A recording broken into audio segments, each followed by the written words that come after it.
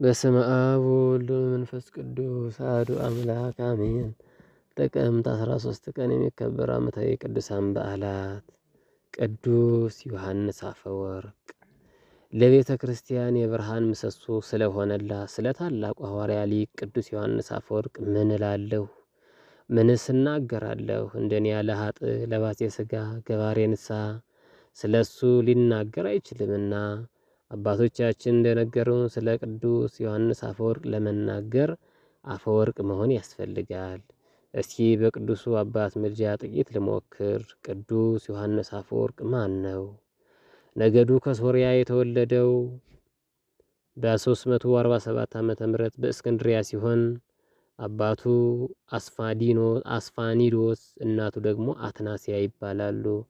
እነርሱ ደግ ቢሆኑ ይህን ቅንቁ ልጅ እግዚአብሔር ሰጣቸው።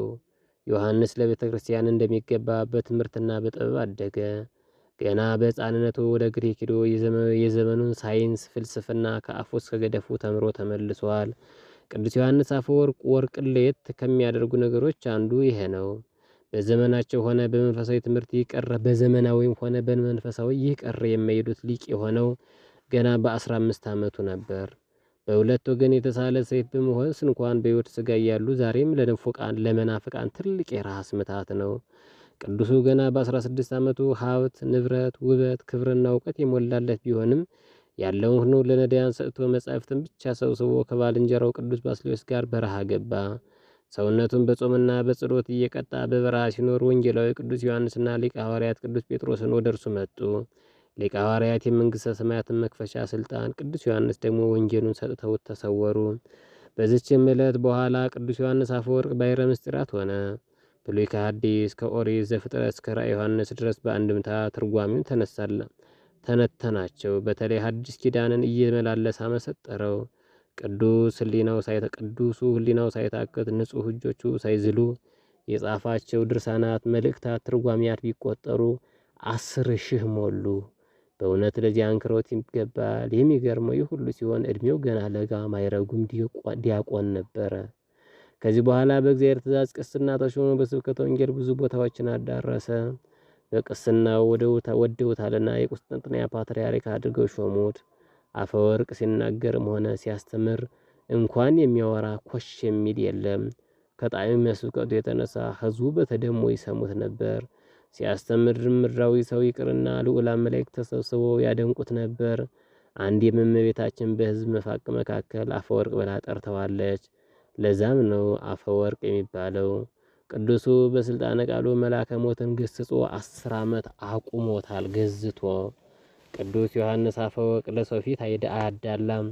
በእርሱ ዘንድ ንጉሥና ድሃ ነዳይ እኩል ነው። ለሞት ያበቃውም ይሄው ነው። ምክንያቱም የወቅቱ ንግሥት አውዶክስያ አንዲት ድሃ መበለትን መሬት ቀምታ አልመልስም በማለቷ መክሮ ያቺ ንግሥት አልመለስም ብትል አወገዛት። እርሷ ግን ከአጣን መናፍቃን ጋር መክራ 2 ጊዜ አጋዘችው፣ አሳደደችው። በተሰደደበት አገር ፍሬ አፍርቶ አስተምሮና አሳምኖ በ407 ዓመተ ምህረት አርፏል። ቤተ ክርስቲያንና ምዕመናን ሳይጠግቡት እንደናፈቁት በ60 ዓመቱ አጡት። በወቅቱ ታላቅ ሐዘንና ለቅሶ ተደረገ። ከረፍቱ አስቀድሞ አንድ ቀን የዘመኑ ደግ ንጉሥ አርቃዲዎስ ግብር አገባ። ግብዣ አዘጋጀና በዚህች ሌሊት ደግሞ ቅዱሱ ሊቅ ታጥቆ ሲጸልይ ሳለ አባ ማርዳሪን የሚባል ጻድቅ ደግሞ ከሰማይ 12ቱ ሊቃነ መላእክት እነ ቅዱስ ሚካኤል፣ እነ ቅዱስ ገብርኤል፣ እነ ቅዱስ ሩፋኤል ከሰማይ በግርማ ሲወርዱ ተመለከተ። ደንግጦ አባ ማርዳሪን እንዲህ ሲል ጠይቃቸው፣ ወዴት ናችሁ ጌቶቼ አላቸው። ቁስጥንጥንያ ወደ ዮሐንስ አፈወርቅ እንሄዳለን አሉት መላእክቱ። እርሱም እመቤታችን እንደሚያመሰግናት ጌታ ነግሮናልና አሉት። እባካችሁ እኔም የቅዱስ ዮሐንስ አፈወርቅ ምስጋና ይገለጥልኝ ዘንድ መርቁኝ አላቸው። ሊቃነ መላእክቱ መርቀውት ጎዳናቸውን ቀጠሉ። በማግስቱም በቤተ መንግሥት ውስጥ ሊቃውንቱ፣ መሳፍንቱ፣ ጳጳሳቱ ሁሉ ተሰብስበው ከድግሱ በሉ። ቅዱስ ዮሐንስ አፈወርቅ ግን በመኖሩ ተቀምጦ ነበር እንጂ ከድግሱ አልበላም። ድግሱ ሲጠናቀቅ ንጉሡ አርቃዲዎስ ሊቁን ጥያቄ አለኝ ብሎ በጉባኤ መካከል ጠየቀው። ምን ነው ወንጌላዊ ማቴዎስ እያይመራ ዮሴፍ እስከ አመ ወለደት ወልደ ዘበኩራ የበኩር ልጇን እስክትወልድ ድረስ አላወቃትም ማለቱ ስለምን ነው ቢለው፣ ቅዱሱ ተነስቶ በመንፈስ ቅዱስ ተቃኝቶ የተረጉመለት ጀመር። እንዲህ ያለው ድንግል ማርያም ንጹሕ ብርሌን ትመስላለች። ብርሌ የተለያዩ ቀለም ያለው ፈሳሽ ቢያስገቡበት ቀለሙ አብሮ ይቀያየራል። እመቤታችንም ጌታን ጸንሳለችና ህብረ መለኮቱ ሲለዋወጥ መልኳ አብሮ ሲለዋወጥ እያየ ዮሴፍ ይደነግጥ ነበር። እርሷ ማናት? በማኅፀኗ ያለውስ ማን ነው? እያለ ይጨነቅ ነበር። ጌታን ከወለደች በኋላ ግን አንድ ህብረ መልክ ሆናለችና አስቀድሞ ማን እንደነበረች አላወቀም። አሁን ግን ልጇ አምላክ ዘበአማን እርሷም ወላዲተ አምላክ መሆኗን አወቀ ማለት ነው እያለ ሲተረጉምለት ሰምተው ሁሉም ሲያደንቁ በዚያ የነበረች ስዕል አድኖ ተነስታ አፈወርቅ ልሳነ ወርቅ አፈ በረከት ስትል ተናገረች። ያን ጊዜ አርቃድዮስ የወርቅ ልሳን በሊቁና በስዕሏ ላይ አደረገ።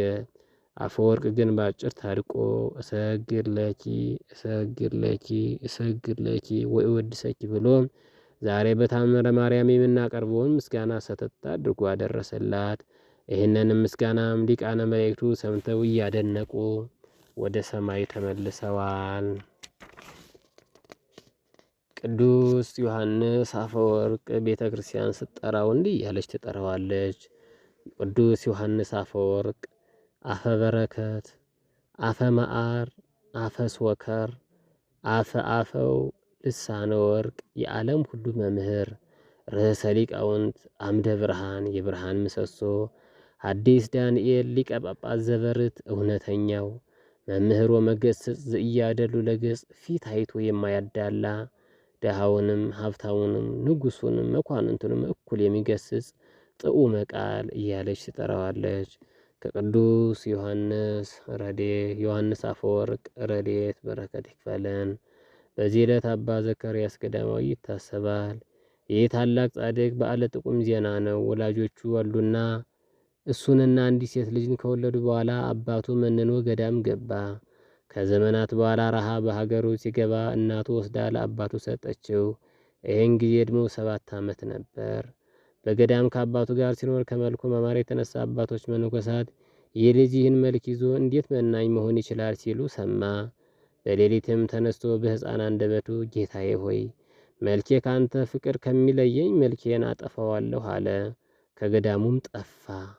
አባቱም በጣም አዘነ። ከ40 ቀናት በኋላ ግን ሊያዩት የሚያሰቅቅ አካሉ ሁሉ የቆሳሰለ አንድ ነዳይ ሕፃን መጥቶ ወደ ገዳሙ ተጠጋ። ይህ ሕፃንም በጾም በጸሎትና በትሕትና ተጠምዶ ለ45 ዓመታት አገለገለ። በእነዚህ ዓመታት ሁሉ የአካሉ የተለወጠ ሕፃን ቅዱስ ዘካርያስ መሆኑን ያወቀ የለም። እንዲህ የቆሰለው እስኪነድ እስኪድን አሲድነት ካለው የጉድጓድ ውሃ ውስጥ ሰጥሞ ለ40 ቀናት በመጸለዩ ነው። በመጨረሻ ግን አባቱ በምልክት አይቶ ለይቶት አለቀሰ። ልጄ አንተ ለእኔ አባቴ ነህ ብሎታል። አበው መነኮሳትን ተሰብስበው እጅ ነስተውታል። በ7 ዓመቱ የመነነው አባ ዘካርያስ በ52 ዓመቱ በዚች ቀን አርፎ በክብር ተቀብሯል። አምላከ አፈወርቅ ዮሐንስ የድንግል እመብርሃን ፍቅሯን ውዳሴዋን ይግለጽልን። ከአባቶቻችን ክብርና በረከት ያሳትፈን። ጥቅምት 13 ቀን የሚከበሩ ዓመታዊ የቅዱሳን በዓላት ቅዱስ ዮሐንስ አፈወርቅ፣ አባ ዘካርያስ ገዳማዊ፣ አባ ማርዳሪ ጻድቅ፣ ቅዱስ አብጥማዎስ ሰማዕት። እናንተ የምድር ጨው ናችሁ፣ እናንተ የዓለም ብርሃን ናችሁ። በተራራ ያለች ከተማ ልትሰወር አይቻላትም። መብራትንም አብርተው በዕንቅብ በታች አይደለም እንጂ በመቅረዝ ላይ ያኖሩታል። በቤት ላለ ሁሉም ያበራል። መልካሙን ስራችሁን አይተው በሰማያት ያለውን አባታችሁን እንዲያከብሩት ብርሃናችሁ እንዲህ በሰው ፊት ይብራ። የቅዱስ ማቴዎስ ወንጌል ምዕራፍ 5 ከቁጥር 13-16። ማርያም ድንግል ሰርጎ ልብሱ ለአሮን ወበትር ጽጊት ጸዋሪተ ከርካው ሮማን በእንተ ንግደትኪ ምድረ ግዕዝ ዘምስለ ብካይ ወሐዘን ተማኅፀንኩ እግዝእትየ ከመ ለባህዊ መን ከመ ትክስት የምስጢሮ ለወልድኪ መድን ሰላም ለዘካርያስ ወልደ አቃሪዎስ አበሞ መነኮስ ትሩፍ መፍቀር የትሕትና ወአርምሞ ወዮሐንስ ብሂለ አፈወርቅ በጊዜ ረከበ ስሞ በአምሃ ወበተጋኔው በውዳሴው ወተደሞ ሰገደ ለማርያም እንቅደይ ይሁር ብሔረ ፍጥሞ ሰላም እብል ለዮሐንስ ሊሂቅ ዘወደሰቶ ማርያም ወሰመየቶ አፈወርቅ ወዘካርያስ ትሩፍ ዘገዳመ ሲሃት ማይነቅ አቃሪዎስ አቡሁ ዘኤለ በሰቅ አብጥልማኮስ ቀሲስ ወኤስድሮስ ጻድቅ። በዕለቱ ከተነሱት ቅዱሳን ረድኤት በረከት ይክፈለን። ወስብሐት ለእግዚአብሔር ወለወላዲቱ ድንግል ወለመስቀሉ ክቡር አሜን።